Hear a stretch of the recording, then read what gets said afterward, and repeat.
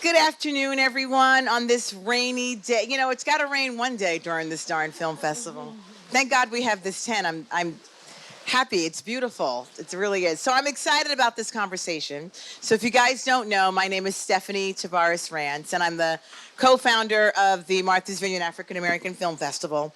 And what I'm really excited about this afternoon is the Golden Globes, HFPA, reached out to us, and they wanted to be a part of our film festival, and they wanted to have an opportunity to kind of talk about what their plans are for the future. I'm sure all of you know there's been just a little bit of controversy with the Golden Globes and HFPA, and we want to give them this opportunity to set the record straight, talk about the future, talk about the future, talk about their plans, and not have it be performative, but really talk about what they're going to do to really help Black and brown publicists and actors in this industry get a shot. So I'm excited about this. So I'm going to let them introduce themselves. I'm going to start with Ms. Sharlette.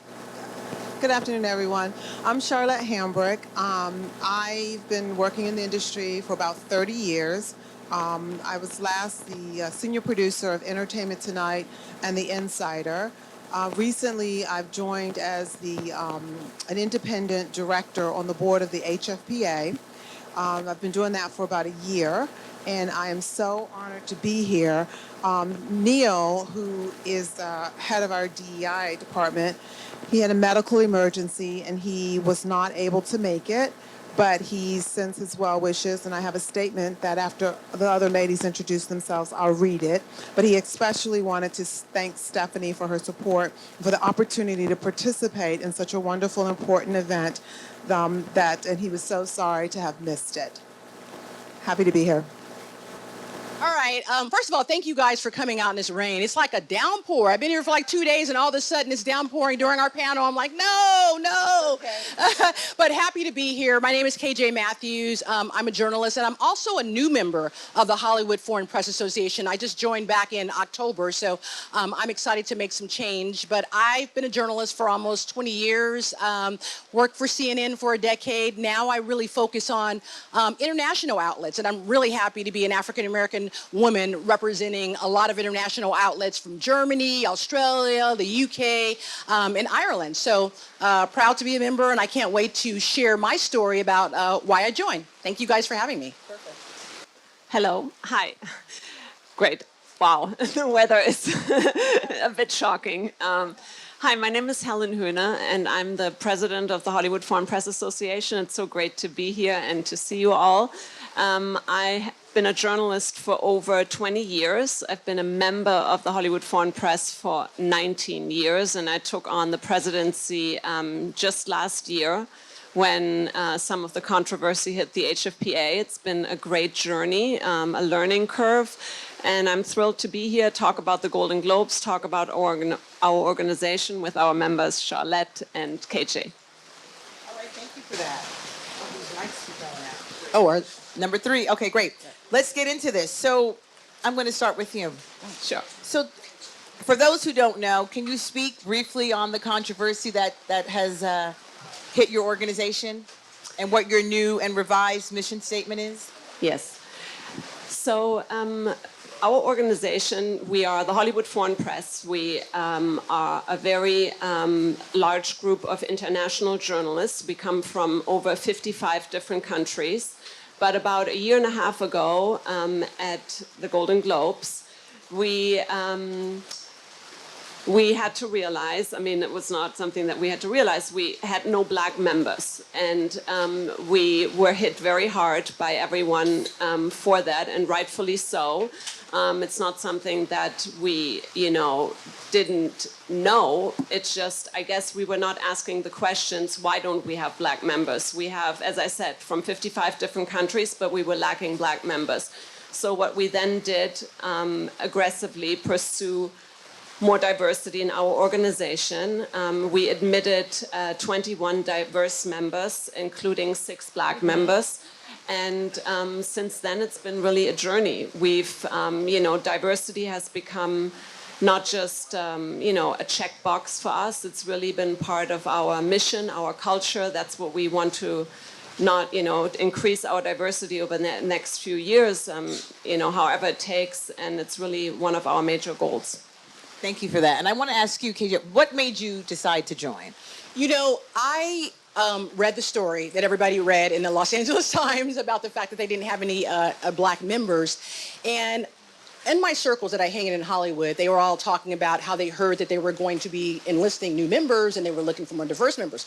So the first thing I did was kind of look into what are the requirements, because I really didn't know. I had heard of the Hollywood Foreign Press Association, and I knew about the Golden Globes. Everybody knows there's only really 3 award shows in Hollywood: the Grammys, the Golden Globes, and the Oscars. Really, those are the 3 majors. So I knew they were the group behind that. But I didn't really know who the journalists were and the requirements, so I looked into it and found out that it was more international. And I thought, this is perfect for me. Number one, even though I started out doing domestic outlets, working for CBS and ABC and Fox and CNN, I have now, in the latter part of my career, switched over to only covering international outlets, meaning non-American outlets. So I thought, okay, I checked that box. I could do that. And then secondly, the main reasons is when I heard that they didn't have any black members and they wanted to really bring about real change, not just window dressing. First of all, hello, I'm loud, I'm here, I'm proud, and I'm really ready to roll up my sleeves and get in there and make some change. And why not be a part of that? So often we are brought in, it's just window dressing, and we don't really get blackface. We're Right. performative, Yeah, right? performative, We're yes. not allowed to sit at the table and really make changes. And I believe what they said. And I said, okay, if they do want to make changes and they really want to bring about change, I want to be a part of that. Right. It doesn't do anything in Hollywood if all you're doing is sitting on the outside complaining. We have to be at the table, Right. helping to guide and lead that change. And that's the reason why I joined, or Right. at least applied, and they accepted me. Right. And are you seeing some change? How long have you been a member? Let's say. Just since October. Okay, Just so you're since brand October. new. Brand new. Yeah, I like it. It's kind of like the family where if you say, oh, my family's perfect, nobody believes you. Because no one family gets along with everybody. It's just not reality. So, we all have our different opinions, but I love the fact that we debate stuff. We all come from different regions. A lot of them are not from American, obviously. Right. English is not their first language. So seeing how they view certain things versus how I view certain things has been really interesting. And the one thing I will say that I love about the Golden Globes is that they welcomed me in a leadership position. Now, I've worked for a lot of domestic outlets all my life, and I've never been given the kind of, I don't want to say power, but empowering feeling immediately. When I came in, they put me on a committee and they wanted me to lead the committee. And so I had a lot of input right away when I came into the organization. And so I was really optimistic about that. And it's been great to be able, it's been challenging. I'm not gonna lie and sugarcoat it and make it look like everybody's been perfect. Right. But I like the fact that I have a voice Good. and I have a decision, and I am helping to guide that change in a way that I've never felt when I've worked for other domestic outlets. So it's been rewarding. Thank you for sharing that. So Sharlette, I want to ask you this question. It's two-pronged. Why do you think it took this huge backlash for HFPA to make this change? That's number one. And number two, why is it important for you to be at this Black Film Festival? I'll start with why did it take so long? I'll start with that. I worked as a journalist for 30 years, and 30 years in Hollywood at a really, really what was perceived as a white show, which is Entertainment Tonight.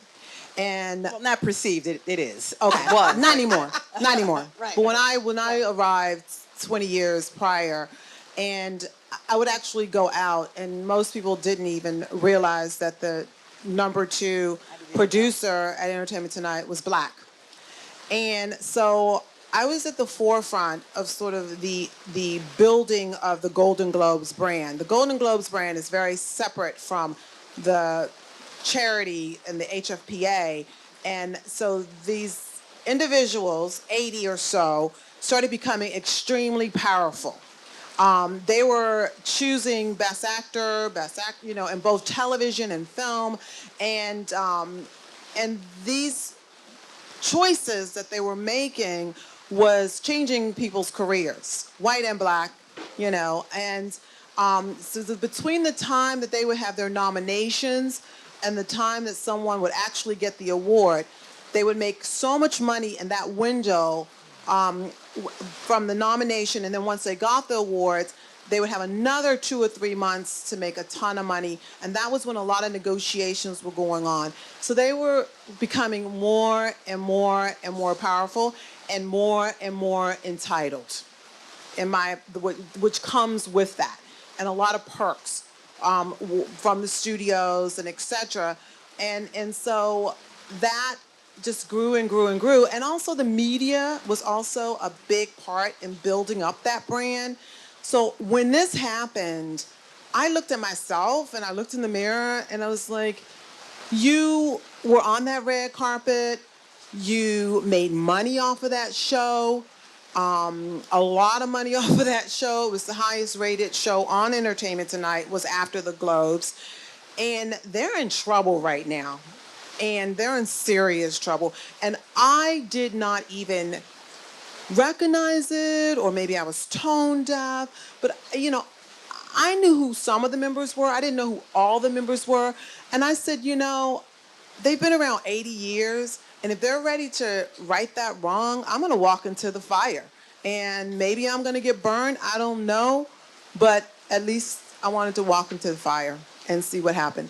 Now, with regards to this festival, I've known about this festival for many years. It's been 20 years. I grew up in Washington, D.C., and a lot of people from Washington, D.C. would always come to Martha's Vineyard, so I always heard about it, but it wasn't a place that, you know, I necessarily could afford to go.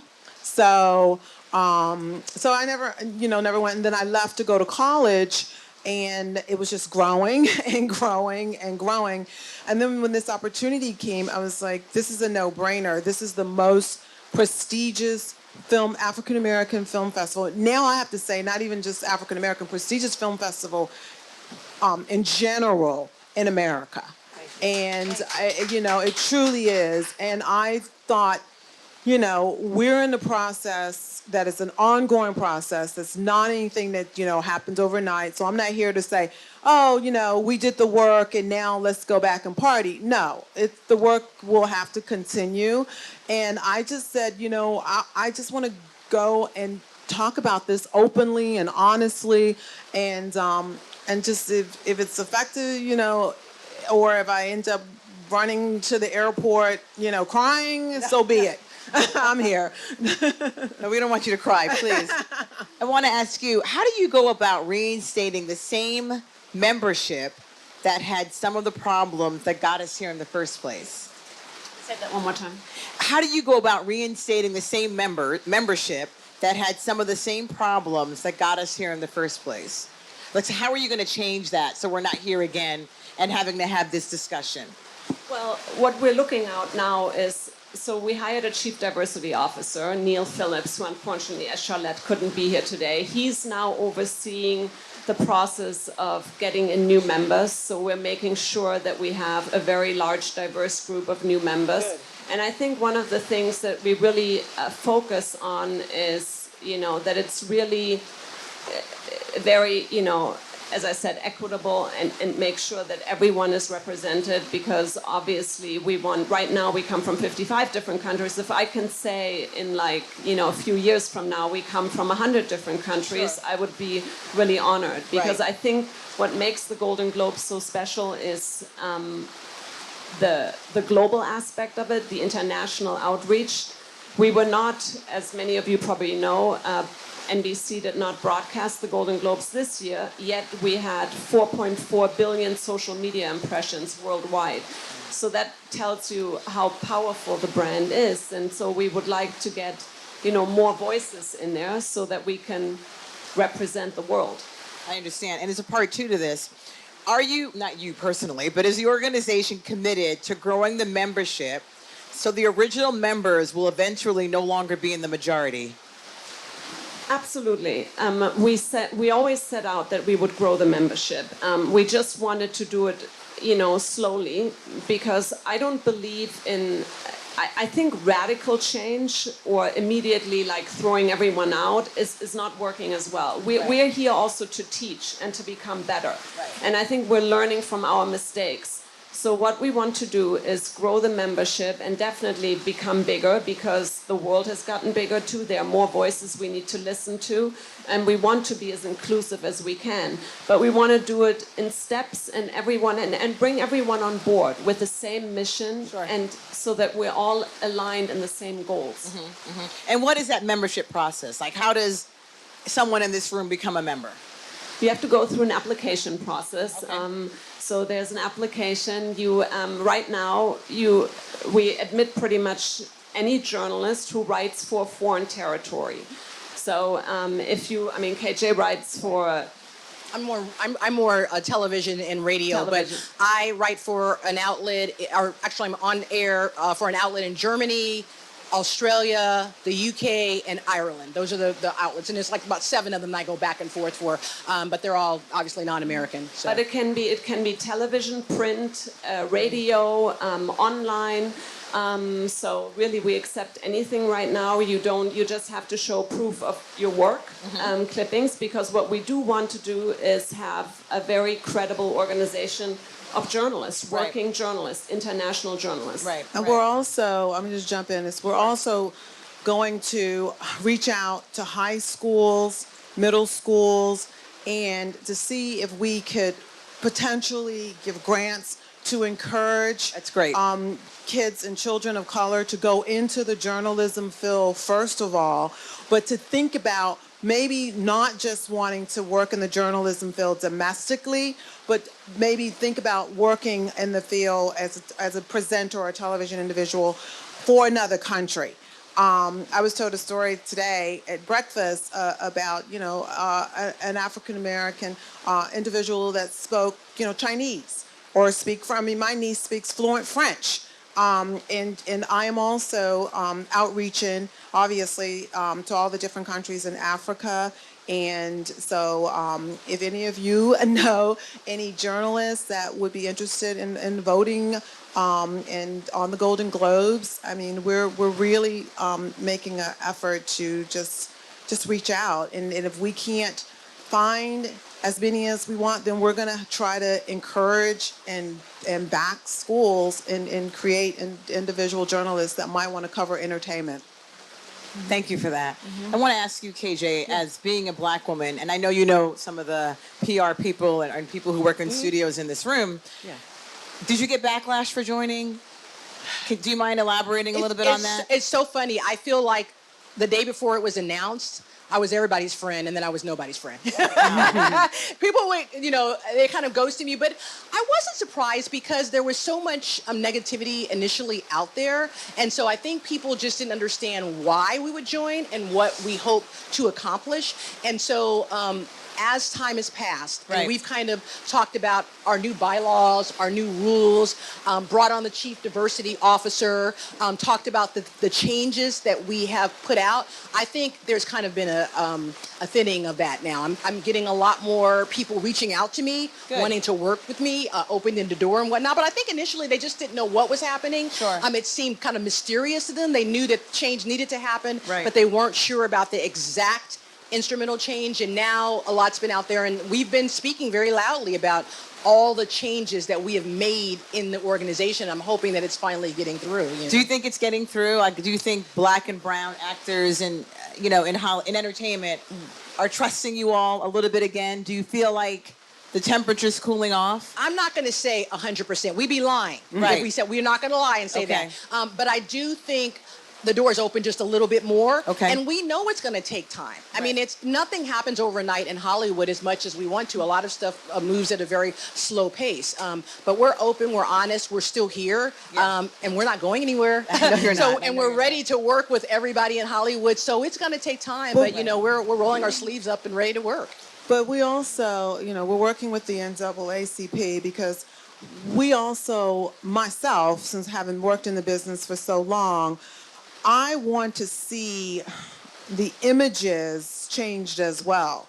I want to see what is projected to the world also. So I'm challenging the studios and the television networks to say, I don't want my daughter to go to France and think all black people are hustlers or drug addicts or this, because a lot of the content that comes out of Hollywood, that's projected in Hollywood, is not that favorable. So at the same time, since the Hollywood Foreign Press Association can be that beacon out to the world, so I want to work and I want to see them work with the television networks and the studios to also put out more positive images. So that's another. And that- what is the relationship with the studios now and streaming services? Are they open and willing to work with you right now? Some are. Some have reached out to us and Good. invited us and stuff and are working with us. It's not 100%, but we're seeing more and more as time goes on, for sure. Like I'd say 3 months ago we had less. Now we have more. So in the next 3 months we'll have even more. And by next year we'll have even more. So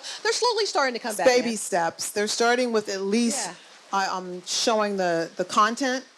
So that is a start, and then slowly panels, more controlled environments, because what the HFPA has to do, not the Golden Globes, which is very separate, they have to create a safe environment, because I think a lot of the publicists did not feel that the environment that they were bringing their clients into, and this is white publicists who represent black actors and black publicists that represent black, so it's, both, did not, or white actors for that matter, did not feel safe. And so it's important that we create a safe environment, and that's what we're working at with a lot of the changes as well. I was going to say, is there, like, I know you guys are, wait, let me give you a mic. Can we give her a mic, someone, please? Oh, no, I'm not saying that,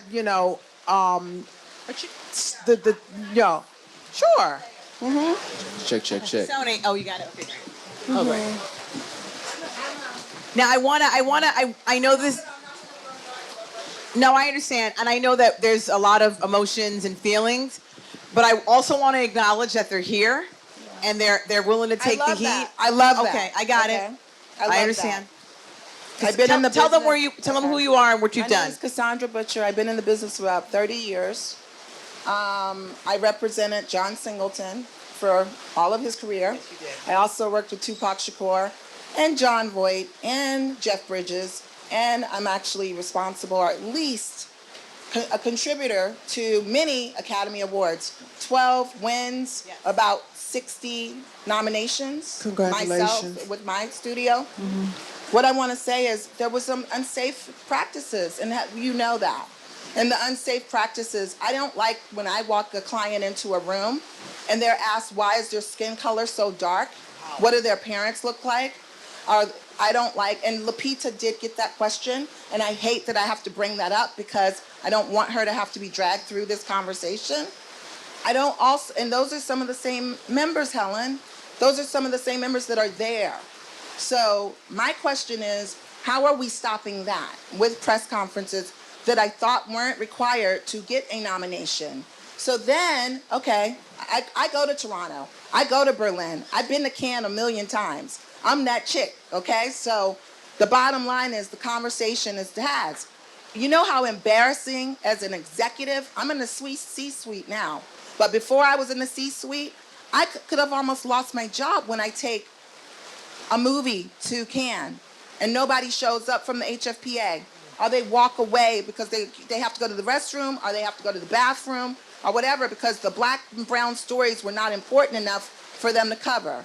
Okay, I did a press conference for a movie in Toronto that had 60 members. And then when the black film, I'm not gonna name what it is, came in with the journalists, hate you give. I might have had 4 members, okay? So those are my issues. I have really direct contact with this, okay? The last thing is I don't like somebody walking somebody into a room and saying, hey, you're pregnant. Do you and your husband still have sex? What? These are the questions that would be asked when we walked into press conferences. How come if this little girl came out of high school and college and she had a PR degree or a journalist and she asked that question, she would be knocked out of the business. She could never come to a junket ever again. How come we're now just enabling people to consistently show up that way that then makes it harder when I go to Berlin? that makes it harder for me to want to send my son to Croatia. These are messages, and you guys are calling yourselves the Golden Globes. And I love all of you, and I don't have any enemies in this business. And Sharlette, I owe you calls, and I know you guys have reached out to me. But I want to not be performative, and I want to see change. I've been coming to this festival for 15 years. Stephanie has had every actor that I've ever worked with, John Singleton to Morris Chestnut. We made these stars. We made them be acknowledged. And you know, you, KJ, you worked at CNN. I said, you know what? It was the driving force that got me to the C-suite because it wasn't you, but your counterpart. When I tried to get Quavenzine in the room, I knew I was going to get her nominated. Mm-hmm. That was my goal. I knew I was going to get Lupita nominated. I knew I was going to fucking win, okay? Because that's the goals that I get when people's like the Golden Globes say no to me. You're creating dogs. And I'm going to tell you, it's the Tupac thing. You keep asking for somebody to eat. Guess what? We're going to take that food in a minute. And that's what's happening. So the bottom line is they have to acknowledge, not just do performative D&I training. They have to acknowledge that they need to start working with our children, feeding our children, and at least acknowledging what they've done wrong before they show up to the award show. And it's beautiful. It's part of the campaign process. We need you guys. But you guys need us too, and we cannot continue to be performative, and we can't put our people in those kinds of those situations. Don't ask me who I'm having sex with. Don't ask me what my skin color is. And if you do have those questions, ask your D&I person that, and then be a legitimate journalist that actually shows up and not in the trades. I don't want to have to bring Chadwick or anybody from the past there, and then know when he passes, this stuff is going to end up in the trade in a tabloid. That's what I want to say. Thank you, I know a Cassandra. lot of people have wanted to hear from me, and now I'm finally saying it. Of course, please, absolutely. Yeah. Thank you. Hey, thank you.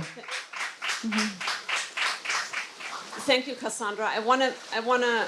First of all, I'm very, very sorry to hear that. And let me see you, actually. Let me look at you, because I want to respond to a few things that you said. And I really heard, and look, I'm taking responsibility and accountability. I cannot change the past. I can only change the present and the future. And that's exactly what we're doing.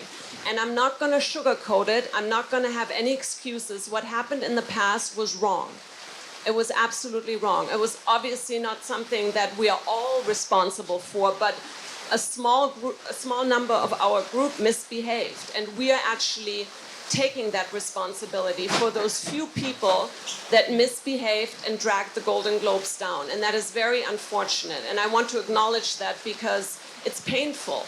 I hear your pain. And this is obviously, and I think some of the things, what you brought up one member who I think asked those inappropriate questions, and I want you to know that he's not longer a member.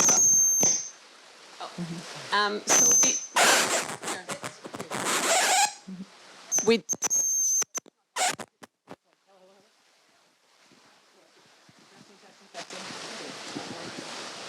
Testing. Oh, yeah.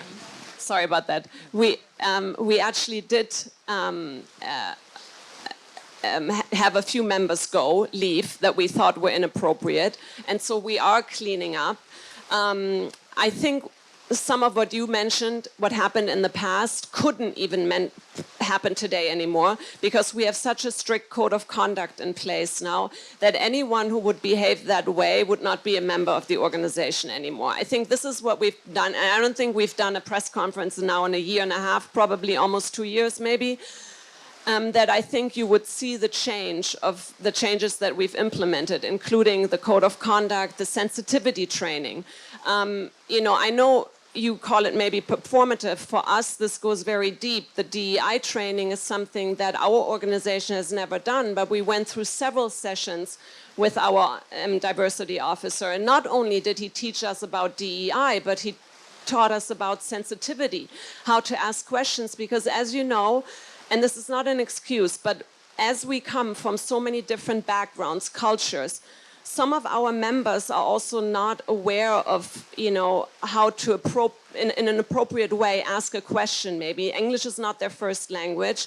Sometimes it's not an excuse. We need to learn. This is part of the learning process. And I think this is what our members are going through right now, is that we're really kind of starting this process through, all these trainings to make us better. I mean, this is what we're here to do. We want to learn from our mistakes. Again, we cannot change the past, and I'm very, very sorry that you had those experiences.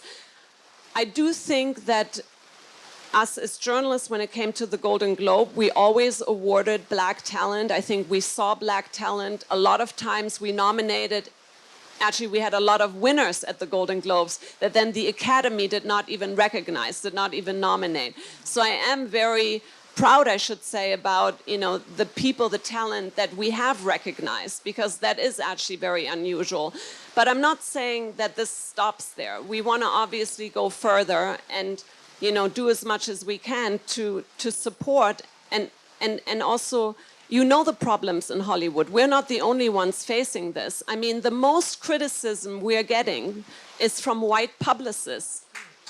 That's also something, I'm sorry, we should really look into. We are working together. Exactly. What I'm trying to do is to not have a divided. So me and 100 publicists, obviously there's only 4 or 5 of us being of color, because Hollywood kept those people out of Hollywood, okay? They kept us out. I started out as an assistant, maybe 30, let's take it. Hi. No, it isn't. I stand for, no. Whoa. Easy. Go ahead, James. No, but listen to what I have to say. White people do not have to represent black people. They don't need a voice for them. I just left Kathy Hughes' house, and all white publicists that represent this black talent won't even let Kathy Hughes interview Denzel Washington, Chris Rock. So black people don't need white people validating them, okay? They have their own voice, and if black actors had black publicists representing them, there wouldn't be the problem that's being faced. And these white publicists are holding them hijacked. Okay, Kathy Hughes is the most powerful woman in black media, and she has to call friends of mine to get bookings. I'm sorry, Cassandra, but you're protecting my publicists. I'm going to protect. You know what? It's not a division for me of black and white. Can I just say yeah, this? sure, Cassandra. No, I'm just going to say this. Okay. Everybody in here has black and white friends, and Hispanic and Latino and everything else. Yes, ma'am. It's not a black-white issue for me. Yes, ma'am. And I want that to be clear. Yes. And also, I don't make the decisions as to what stars hire who. I want to also say that. Okay. We also are working together as a coalition, finally, together, because we saw bigger problems. And the bigger problems was ultimately not having inclusion and also sexual harassment and all of those things. My issue is, how did they get reinstated? Because I worked with Nate Parker. We canceled him, okay? We've canceled many black men all day long, okay? But not white ones. They get to still keep their jobs and their salaries, okay? So that's the bigger issue. It's not about white publicists and that talking point that we ultimately create. I appreciate, I have to say, coming in, and every aspect of what you're sharing today, but all I can come is with humility, contrition, resolve, and openness. Let me just say this. I know I've worked with you when I was at CNN. It's been a while since I've been at CNN. But I'll say this, Cassandra. Obviously, I was not part of the old regime. I clearly was not there when those things that you were talking about specifically happened. But here's what I do know. There's 21 new members today that didn't have anything to do with that. And we are on boards, and we are on certain committees, and we are on certain trainings, and we check other people. We have all sorts, let me just say this. We have all sorts of roundtables now where we bring in new talent. And so we are constantly involved. You would not believe the way the 21 new members, I'm on kind of like a WhatsApp with them.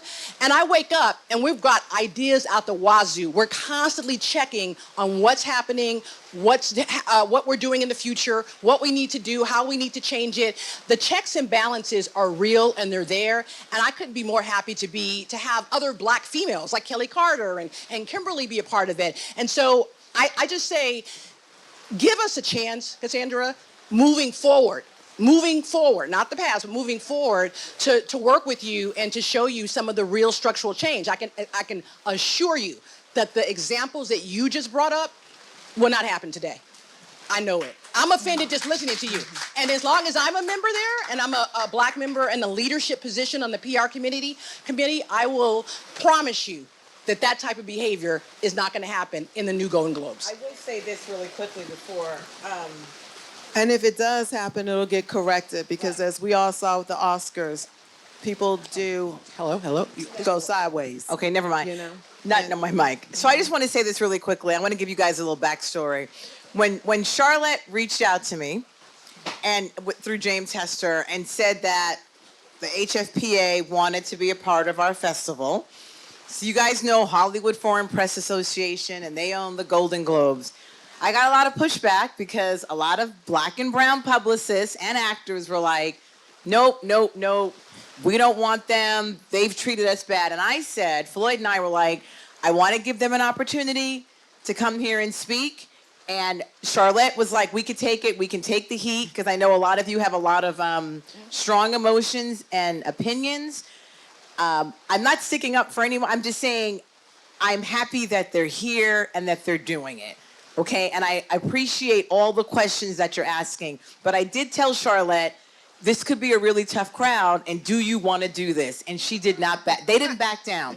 So you've got the president here, you've got a new member here, and you've got somebody on the board. So I love these questions, but I just want to give you context. I warned her that this could get a little testy, and I appreciate everything you're saying, Cassandra, and your passion comes through, and I think you're speaking for all black and brown publicists. Absolutely. We've got the Academy of Motion Pictures here as well. Janelle, I'd love for you to say something as well. Yeah. And Sean Finney. Here comes a mic. Tell them who you are, Janelle. Introduce yourself, please. Perfect, will do. Hi, everyone. Janelle English. I'm the Executive Vice President of Impact and Inclusion at the Academy of Motion Picture Arts and Sciences. Whew, it's a breather to say that one. But yes, AKA the Oscars. It's a pleasure to be here. And honestly, I appreciate you, Stephanie, for making space for this conversation. Appreciate you all for showing up. I know it's not easy. As someone who has been in that seat before, I feel you.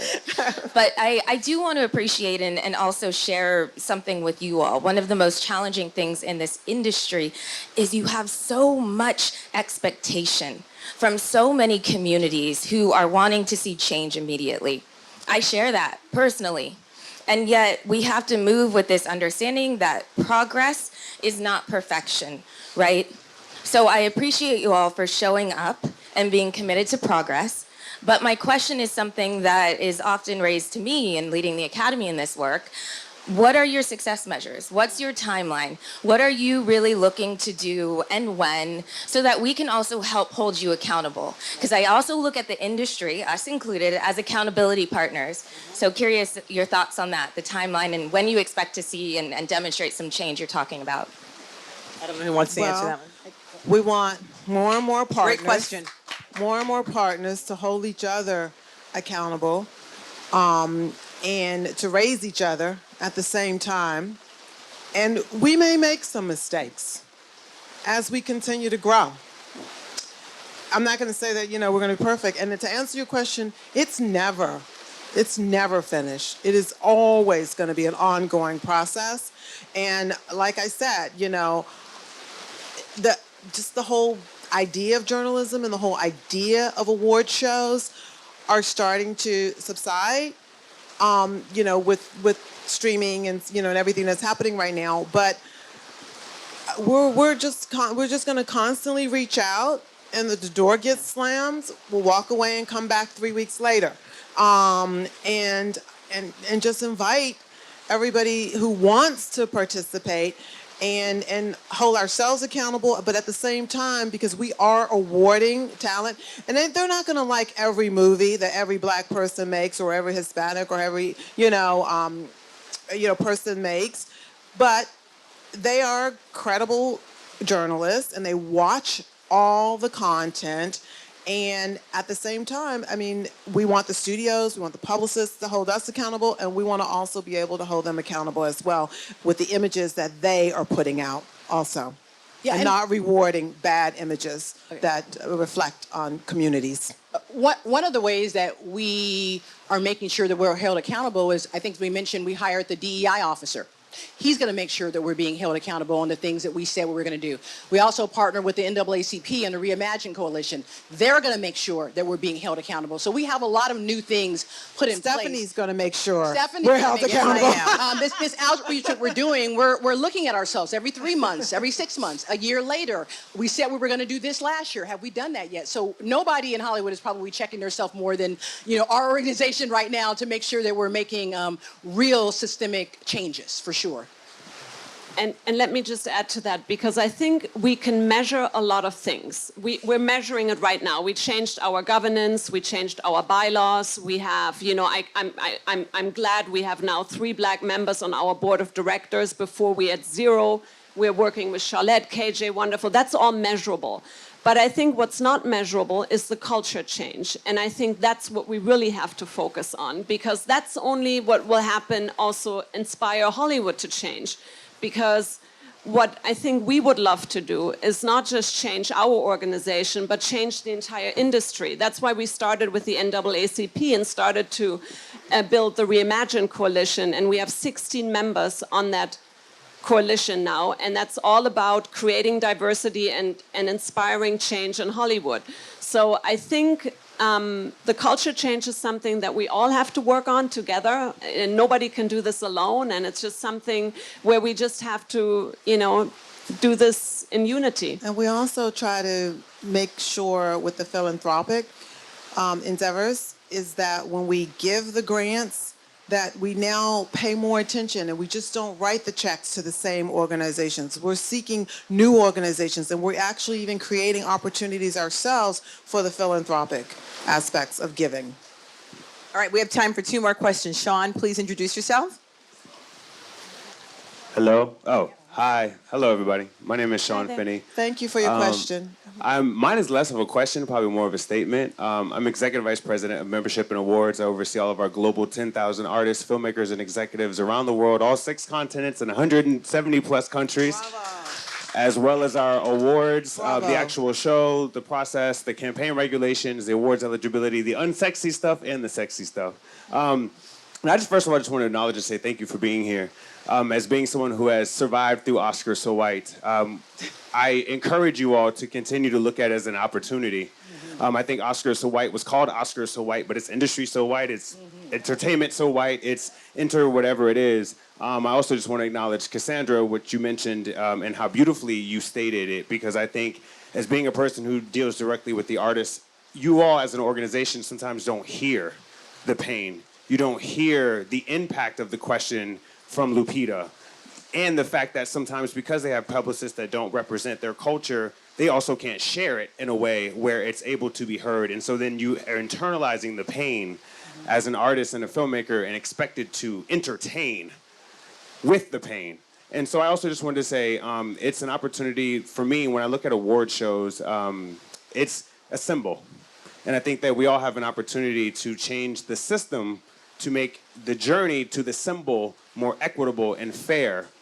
And so just acknowledging that you do have black women, thank you for just having black women, and women who stand in support of. But I think, one of the things that we did was changing the governance aspect of it. And I want to also say that when we're a part of these organizations, y'all have to also, and this is for everybody in the room, you have to show up, right? Because Golden Globes can't change if we run away. And so sometimes we, as a culture, because we got to hold ourselves accountable too, sometimes we don't want to stand when it gets hard. We want to leave, and they can't fix it without us. Right.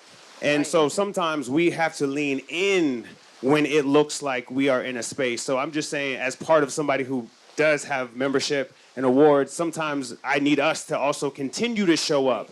It was me on the call with nominees and Cassandra and publicists at the time when I was like, yo, Spike, you got to show up. I know you don't want to, but for the young Spike who's watching, we can't see an award show where we are the culture, period. and not be represented whether we win or don't win, because our metrics, you said that can't be quantified. Our impact and what we bring to this world and this society from the beginning of time into the end of time can never be quantified. That's it. Thank you so Thank you, much. Sean. We've got time for one more question. Go ahead, I Charlotte. also want to add that Cassandra and I have known each other for 30 years. We go way, way, way back. And Sony, we've known each other for many, many years. And I just, appreciate you guys being in the room. Hand this off to Kamala, but I also want to say, working with Stephanie, it's been an honor, and we have known each other a long time. But I also want to say, I haven't been in the same space as my sisters because they have represented from a personal level. I've represented from a studio level. And while we're holding everyone accountable, we need to just pay attention also to every outlet of color. We can't use a measurement like an ET or a New York Times or a Washington Post or some of those other outlets.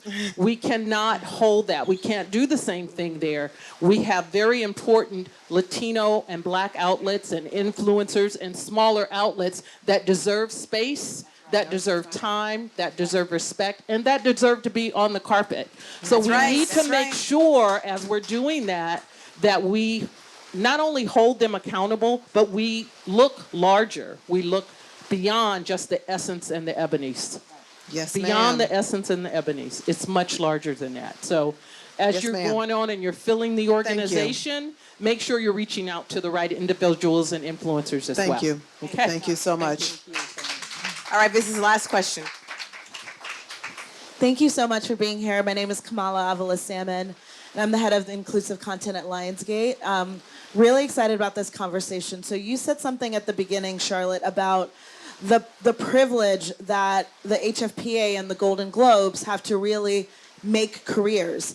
And, to Sean's point, it is Hollywood so white. And part of the reason working now in a studio is seeing the way that my colleagues, our development team, the heads of studios respond to award-nominated actors, award-nominated directors. And we know the history of Hollywood is that communities, Black communities, API communities, Latina communities have been under-nominated, under-awarded. And so I'm thinking about, as you step into this new phase, recognizing the privilege that the organization has to make and change careers, how are you guys thinking about leveraging that privilege to create more equitable outcomes when it comes to who gets a chance to ascend that career ladder as they're getting recognized by your community, especially since it is a more global community, and we are working against the challenge of people only seeing Black-centered films in a certain way, and I will only nominate this type of a Black movie or that type of an API story that is about the trauma, the suffering, the crime, etc. How do you change that mentality? Because yes, Hollywood needs to serve different stories, but the nominating communities also need to award different stories. Yeah, no so more that struggle wheel porn. can No be more created. struggle porn. Well, I think what is important is that the voting body, all our members vote, so we don't have a nominating committee. So all our 100 members currently vote, and in the future, if we have 200 members, 300 members, all of them will vote. So what we have to make sure is that the voting body is diverse, because then they will, so that all the voices are represented, and then they can pick the movies.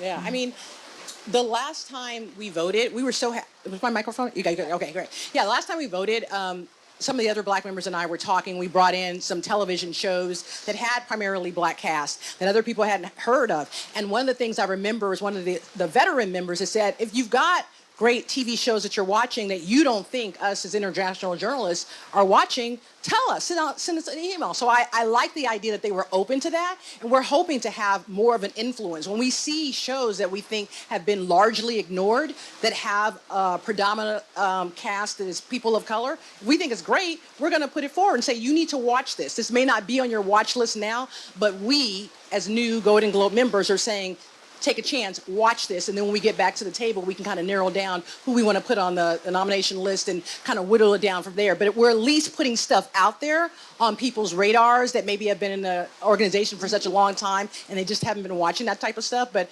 we're definitely trying. We're definitely trying. That was great. Thank you. I want to end on that note. Thank you for this very spirited conversation. very No, much. it's great. That I think is incredibly necessary, and I'd love to continue these conversations with you, Sharlette, Helen, and is it Helene? Helen and KJ. Thank you so much. Let's give them a round of Thank applause, you. please, for being here. And you all are invited to email me. Me too. Hambrick at goldenglobes.org. They have gifts for you all. Please take a bag as you leave. Our next Our door is wide open, so you guys just email us for sure. Our next activation's at 3:00. It's Ciroc Stands for Black Businesses with Angela Yee and Regina Hall. So hope to see you guys here at 3. Thank you guys so much for this.